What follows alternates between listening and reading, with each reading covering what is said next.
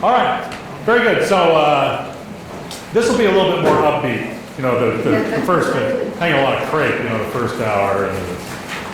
Okay, so we're going to kind of pick up where we left off with some trends going on in healthcare. So we'll talk about connections, trends, economic and biological trends, professional and automation trends, and then based on those trends, how can an independent practice in rural Nebraska survive and thrive? Okay, so here we go. So a trend is something that's driven by a basic human need that persists over time. These are not fads. These are not like bell-bottom pants are in today and they're out tomorrow. These are things that persist over time.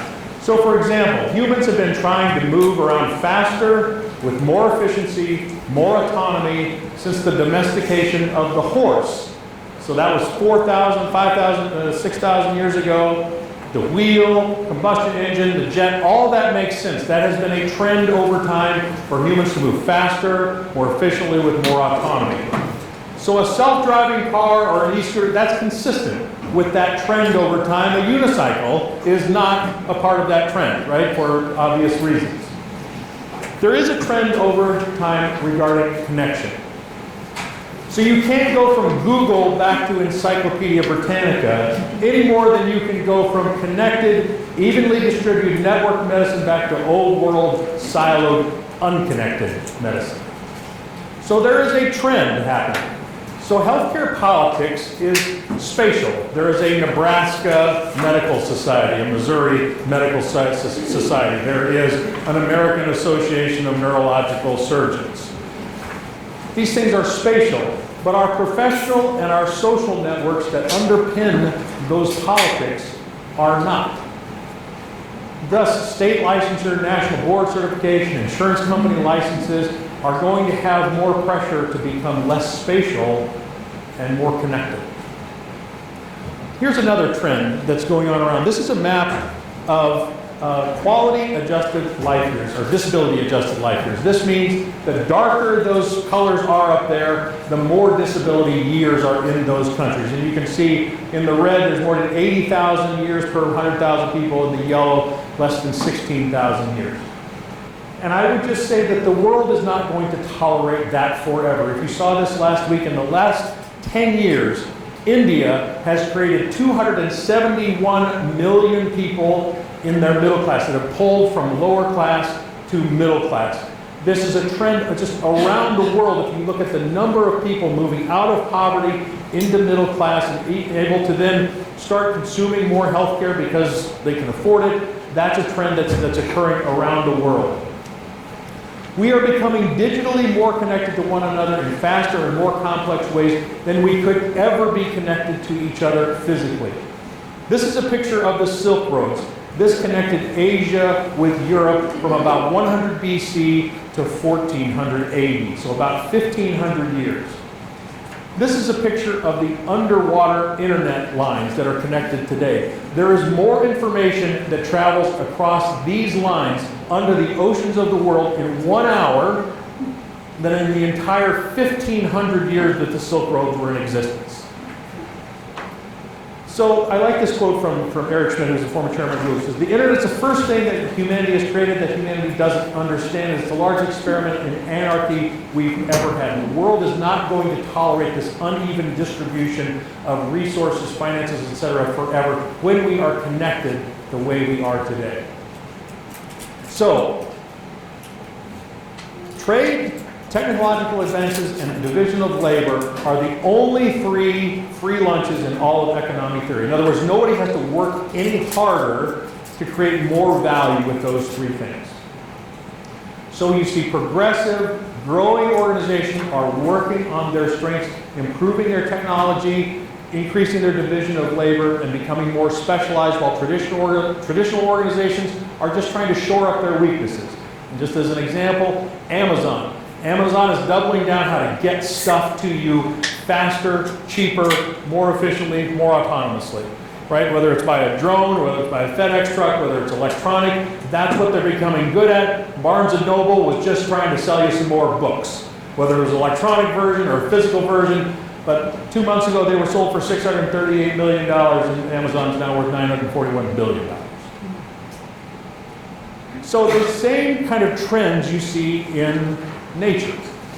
So in biological evolution, whenever organisms can cooperate, work as a team, and divide labor, it happens, and it confers a survival advantage on that organism. So on a cellular level, when specific enzymes do certain tasks, it leaves the rest of the cell to do other things. It gives it a survival advantage. On an organism level, when we develop teeth and limbs, that allows other parts of the body to focus on other things, that's a survival advantage. On a community level, when there are worker bees and a queen bee, the worker bees are doing things that the queen bee doesn't have to do, they divide up the labor, there's a survival advantage to that kind of an organization or that community. So this is happening right now in the United States in our city-state configurations. Large communities have greater division of labor, more opportunities, higher salaries. So since 2000, U.S. urban population and suburban or small metro areas up 13 to 16%. Rural areas are, by comparison, shrinking. But, this is where the hope is. There's a fragility to this. There's a fragility to specialization. So when my grandfather farmed, he raised dairy cows, beef cows, corn, wheat, chicken, sold cream. If the market tanked in one of those things, there were other things to support the farm, to keep the family going. But when we specialize in things, we create a system that is more fragile. If the bottom falls out of the soybean market and we're a soybean farmer, things are not going to be good. The same thing, when we divide up labor into more and more specialized areas, it can be a disaster. I will tell you, I'm going to say a short story. Guess when the lowest rates of mortality occur for cardiac patients in the United States? What time of year do you think is the lowest time of mortality?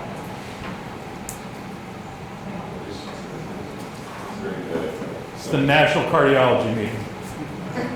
When they're all gone.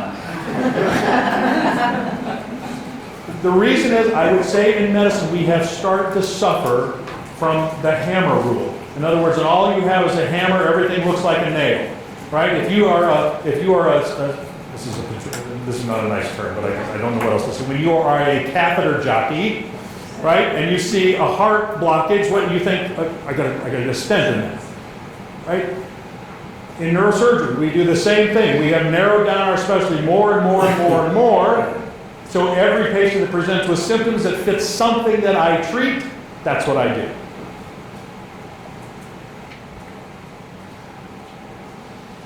So it is the nature of complexity, like we talked about this morning. No single person has all the answers. We rely on each other more and more for cooperation. This is a human being's true strength, to cooperate with one another.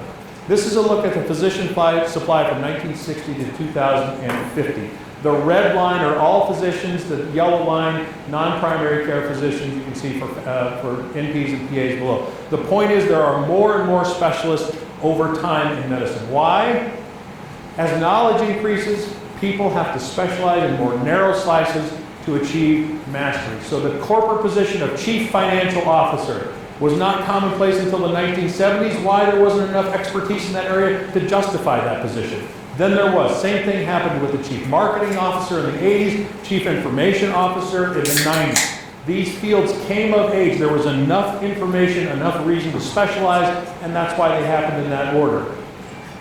So that trend reinvigorates itself as teams produce better work than individuals. Individuals join teams to match the level of work. So the most influential work that's being done in medicine, science, engineering is being done by teams, and those teams are getting bigger. If you look at team publications versus individual publications over the last 10 years, team publications are 530% more likely to be cited than individual publications because of that phenomenon. More diverse expertise, working together, creating a better product. So, 42% of physicians are now employed. Here's the thing about employees. They move easily. I think that this is probably the right room to say this in. When I was growing up, the local doctors in town, the family practice doctors, were on the school board, the city council. They showed up at the church deacon meeting, and so on and so forth. They were a part of the community. Why? Because they had roots in that community. They often owned a practice. They owned a building.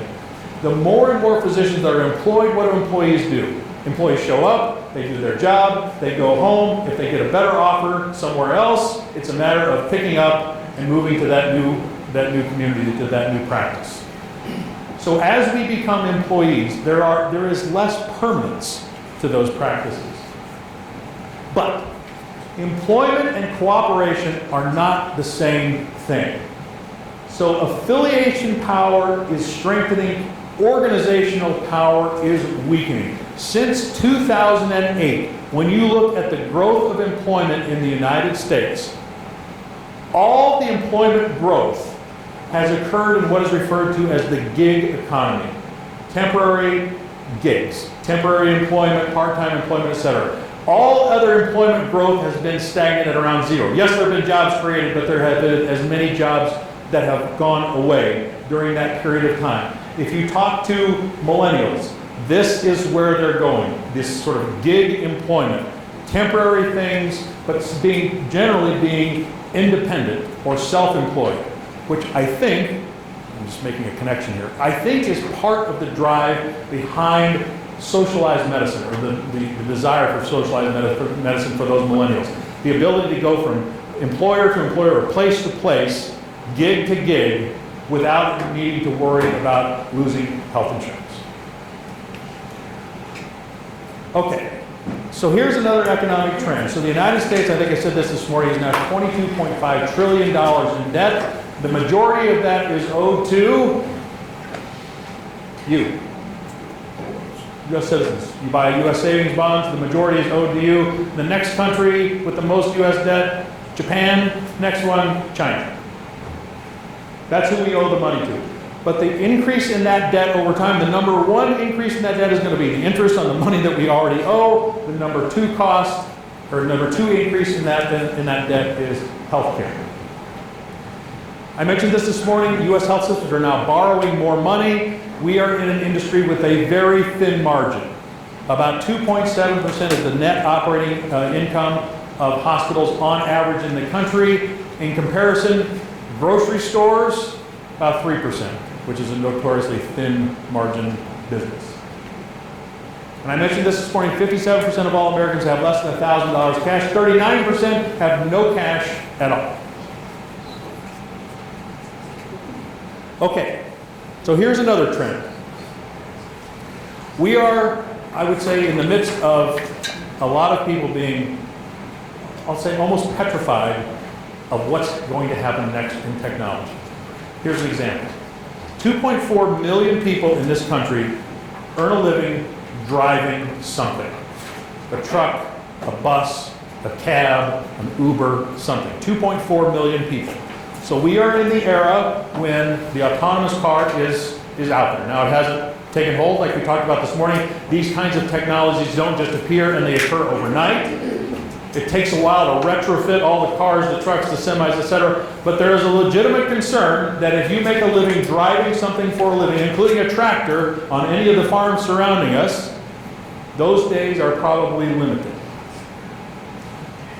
So naturally, for white-collar workers, professionals like us, I think, when is it coming for us? Initially, when this started to take hold, I would say back in the 70s, when we started to get concerned about jobs, what jobs went away first?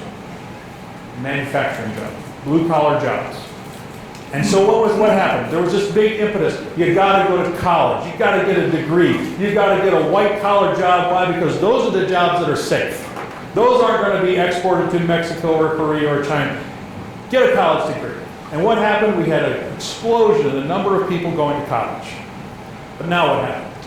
Those same white-collar jobs, those management positions, they have either been outsourced, they're being automated.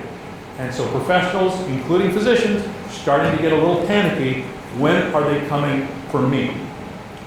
But we have been through this before. If you lived during the Industrial Revolution or the Agricultural Revolution, you would have been panicked too. What am I going to do for a job when all of the industrial jobs or all of the physical labor jobs are being mechanized, all the farm jobs are being mechanized? What happened? We got through that. And we developed new things, new types of jobs. In 1950, and if I would have told you that 60% of the people are going to, 60% of all jobs are going to be in some type of information or internet technology, you'd have said, what is internet technology? I don't know, what does that mean? That doesn't mean anything, right? You cannot foresee that far in advance. But in fact, that is what's happened. There is no trend over the last 400 years to eliminate work for human beings. So since the invention of the wheel, the steam engine, the computer, each contemporary generation has been fearful of the impact of technology. Each new generation has embraced that technology and changed the world. The only difference is now the technology is changing so quickly, it's outpacing generational change. And here's what I mean. The time between the invention of electricity and mass adoption, meaning more than 50% of people were using electricity in some form, was 46 years. The telephone was 36 years. Radio and television, 31 and 26 years. The internet was 13 years. Mobile phones, 7 years. Facebook was 3 years. So technological change is starting to outpace generational change. So here's another trend. The biggest increases in the labor force have been in education and health service, which have doubled as a percentage of total jobs. Since the 1970s, professional and business service jobs are up 80%, hospitality and leisure service jobs are up 50%. Now what do all those jobs have in common? There is a trend toward more employment in industries that value human interaction. More bluntly, there's a trend towards thinking being done by computers, while human beings focus on social interactions. I think if you think about this in your everyday life, it is hard to trust something that doesn't trust you back. I may have confidence that my truck will start in the morning and get me to the hospital because the truck has done that 1,000 times before that. But I don't have this holistic sense of trust in my truck, that it cares about me, that it cares what happens to me, that it's going to make decisions that are in my best interest.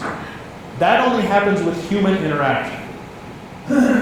So if we put it all together and kind of look at where these trends are headed, I like this quote. This is from Hal Berry, the chief economist at Google. A simple way to forecast the future is to look at what rich people have today. Middle-income people have that. In about 10 years, poor people have it in an additional decade. So what one generation sees as a luxury, the next is a necessity. So think about cars, washing machines, televisions. That was the progression of those technologies over time. Okay, so from a physician perspective, what do we see kind of going forward? So I think the connection between physicians, hospitals, and insurers in different states and countries is going to strengthen, driven by that underpinning of our social and professional networks. Connections between physicians to more efficiently manage chronic disease will also strengthen. So the difference of connections between primary care, emergency room, hospitals, to make sure that we are managing patients as effectively and as efficiently as possible. I think subspecialization will increase, as will cooperation among specialists in different fields with more diverse teams. So I have an example here. A PCP, an endocrinology diabetes nurse practitioner, a telemedicine social worker, who, by the way, might as well be located in another country, just like your accounting services, investment services, and so forth are today, and a home health nurse. All these people working together in a more diverse way to take care of a patient. In the next 5 years, technology is going to change more rapidly than it did in the 10 prior to that. This is going to compel each of us to adapt more quickly. Andrew and I were talking at the break there. There's a paper published in the Journal of Pediatrics back in the 1990s. What do you think the average amount of time it is for a new guideline to be published until more than 50% of physicians adopt that? And this was in the 1990s, so it's dated. But the answer was, who thinks it's less than 10 years? Who thinks it's more than 20 years? It was 22 years. 22 years. just parenthetically, in the agricultural literature, how long do you think it takes for a new technology to be widely adopted in the agriculture industry? It's about 22 years. The reason it's generational. It takes about 20 years for a generation to work its way through and for the new generation to take over and have a new way of doing things. I just don't think that the public, our patients, are going to tolerate that in medicine forever. So it's going to require each of us to be more adaptive, more open-minded about how to change. More opportunities are going to be created by clinical skill combined with soft skills. As computers do more of the thinking, as care becomes more algorithmic, the human interaction, the soft skills, influencing others, being able to work with a wide variety of diverse team, I think that the value of doing that increases rather than just clinical skill alone. For patients, we talked about this earlier, technology is going to become smaller and more connected, faster and safer, just like on all other areas of our life, and cheaper and more convenient. All right, that's my wife with Catherine. Okay, so based on those trends, how does this really affect you? Probably enough kind of high level, broad thinking. Let's get a little more granular here. Okay. So what are some unfair advantages that you have? I mean, all these things I've said, again, maybe you view them as pessimistic, but that doesn't mean they're not real. I haven't made up any of these numbers. I haven't made up any of this work. This is just going on. So the total population of Nebraska is 1.93 million. This is a population density map. The Omaha and Lincoln Metro Service area is 1.14 million. So roughly, right in the area that we're right now, about 800,000 people over 77,000 square miles. Throughout Nebraska, 4,800 physicians, 908 PAs, 1,100 nurse practitioners. But Douglas and Lancaster County are the only two counties in the entire 93 that are not designated as primary care shortage areas. And 13 counties in Nebraska have no physician. So I would say this is an advantage. This is an unfair advantage. There is a captive patient population that you have right here. And you have strong relationships. About 60% of all the physicians in Nebraska are from Nebraska, and about the same percentage trained in Nebraska. It was funny, I mean, just standing out in the hallway, I may not know all of you, but I almost guarantee that I know somebody who knows you, despite the fact that I haven't lived in this state for 25 years. We are connected in this way. With only 800,000 people, the connections we have with each other are strong. So some other unfair advantages. Physician-led ACOs outperform hospital-led ACOs. High physician engagement and prompt response to patient need results in better performance. You are a physician-led ACO. The ACO that we have in my hometown in Springfield, not physician-led. It's administrator-led. You have an advantage. Your communication with one another. You know what's important. Smaller ACOs tend to outperform larger ACOs. Again, because of the strong relationship between physicians and referring doctors. That is a real strength that you have. Smaller groups tend to be more nimble and execute faster. I thought this was nice. This morning at 9 o'clock, you had an executive committee meeting of your ACO. Do you know how long it takes us to have a meeting for our ACO in Springfield, Missouri? I mean, we got to get it on the calendar 2 months ahead of time. We got to get everybody in the room. There's a whole bunch of different complaints, and this is not right, and that's not right. To make a decision is a bureaucratic nightmare. You had your whole executive meeting in 1 hour right here, and you even ended on time, which we have never done. Smaller communities create more familiarity, and familiarity breeds content. I'll come back to that point in just a minute. And the more experience ACOs have, the better they perform. It doesn't matter if you bear downside risk. It doesn't matter if you have more fear of losing money.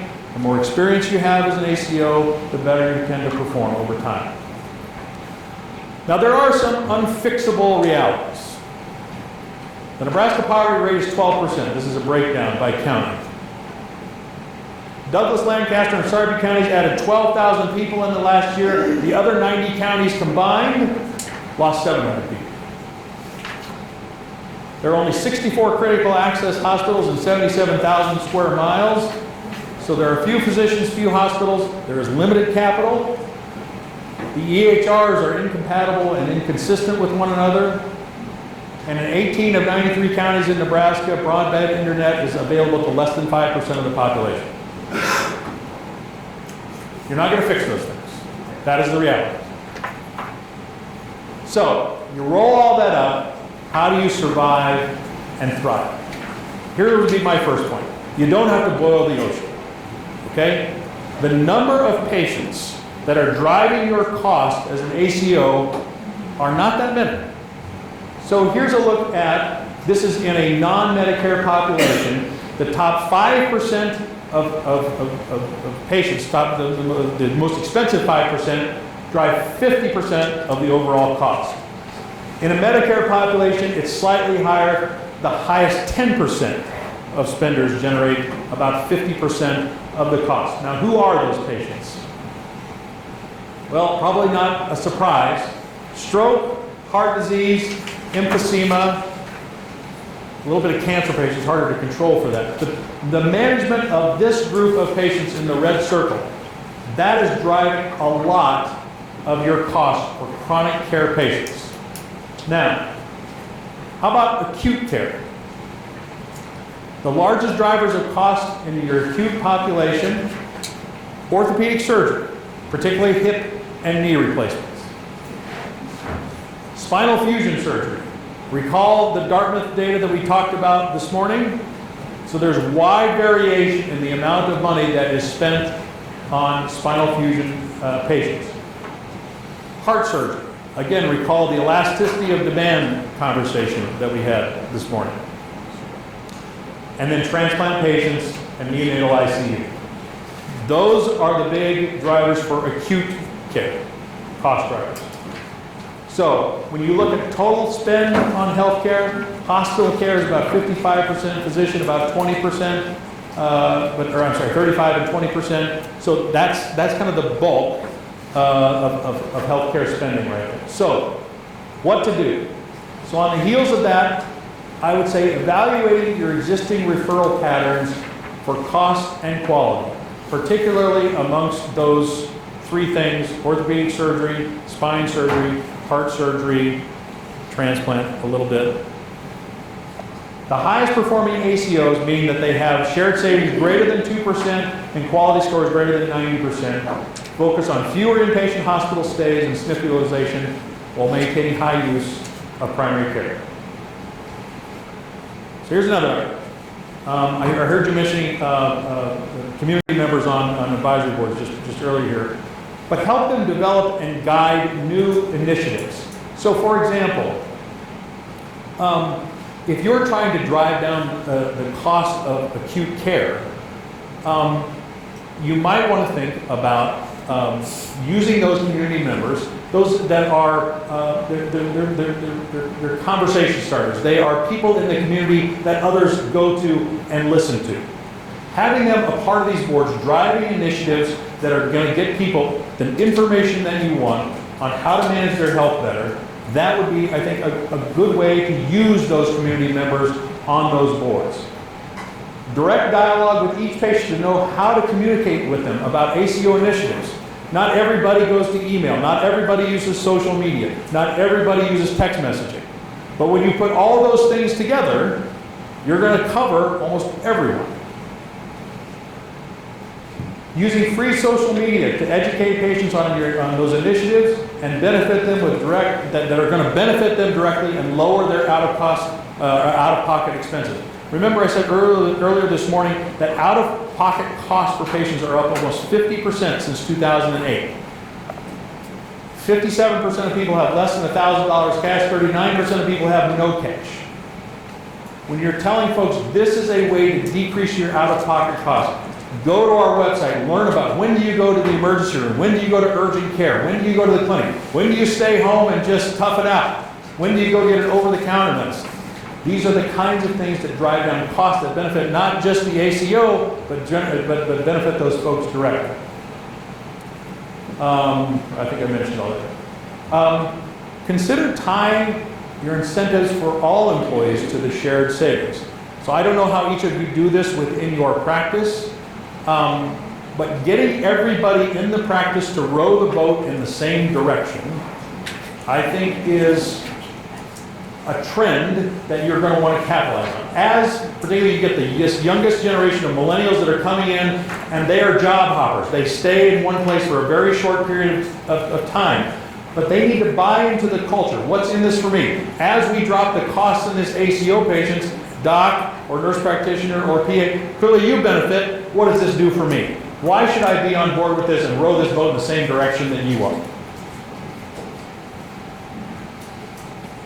And using the strengths of your physician relationships, leadership development, your small size community trust, and track record, leverage that to get better rates and negotiate better rates. And then this is going to be the segue to the last part of this talk. Develop and promote physician leadership in your ACO. Recall that I said physician-led ACOs outperform non-physician-led ACOs. And that's going to become even more important as we get into the last segment of this. Okay, so where does this kind of go for you? Okay, so ACOs are becoming more popular. So there's about 32 million people enrolled in ACOs in the United States today. I think it's about 10 million Medicare, about 20 million commercial. Upside risk is not going to last forever. As we talked about this morning, the government and then in turn the insurance companies are pushing financial risk away from themselves. They can't do it. The government is drowning in debt. Insurance companies are doing well, but they also want to push that risk onto you. Why? Because they cannot control all of it. You are the ones that are writing the prescriptions, ordering the tests, putting patients in the hospital. You are the one that's referring them to specialists that cost them a lot of money. They are wanting to shift that risk onto health systems, hospitals, and providers. So right now I understand you have about 20% of your patients have some downside risk. Now it's capped. It's capped at 2.5%, but things are trending that way, and I would guess will continue to trend because of those things. So, as you take on more financial risk, it is going to take strong leadership from physicians and other providers to manage those patients. It is going to require getting your communication lines with each other solid, your communication lines with the patients solid, so that they know, here's what I do that not only benefits the ACO, which they won't care about, but benefits me directly. So, only 5% of hospitals and 30% of ACOs are run by a physician. Hospitals run by physicians have quality scores that are 25% higher than those run by non-clinical administrators, and having a quote boss with subject matter expertise in the core business results in higher job satisfaction, lower intentions of quitting. This is not just true in medicine, it is true in engineering, it's true in chemistry, it's true in professional sports teams, it's true in professional racing. When you have physicians, providers engaged in the leadership and the operations of an organization, those organizations can run better. I'm not saying that just because you're a physician, nurse practitioner, PA, that automatically means you're going to be a great leader. I'm not saying that. What I'm saying is having subject matter expertise gives you a leg up against somebody that does not have that same clinical expertise. And here's an important point. And I say it's important mostly because I had to learn this the hard way. Leaders in an organization emerge because they are able to get things done through the efforts of others, not just from their personal contribution. So what works well in the clinic or in the OR does not always work so well in the C-suite. We have all been trained, probably since we were little kids, to achieve. It may have been grades at first. It may have been test scores. Maybe later on it became the number of patients you see, I don't know how many papers you publish, how much money you make, but there is an emphasis over and over in medicine of all types on individual achievement.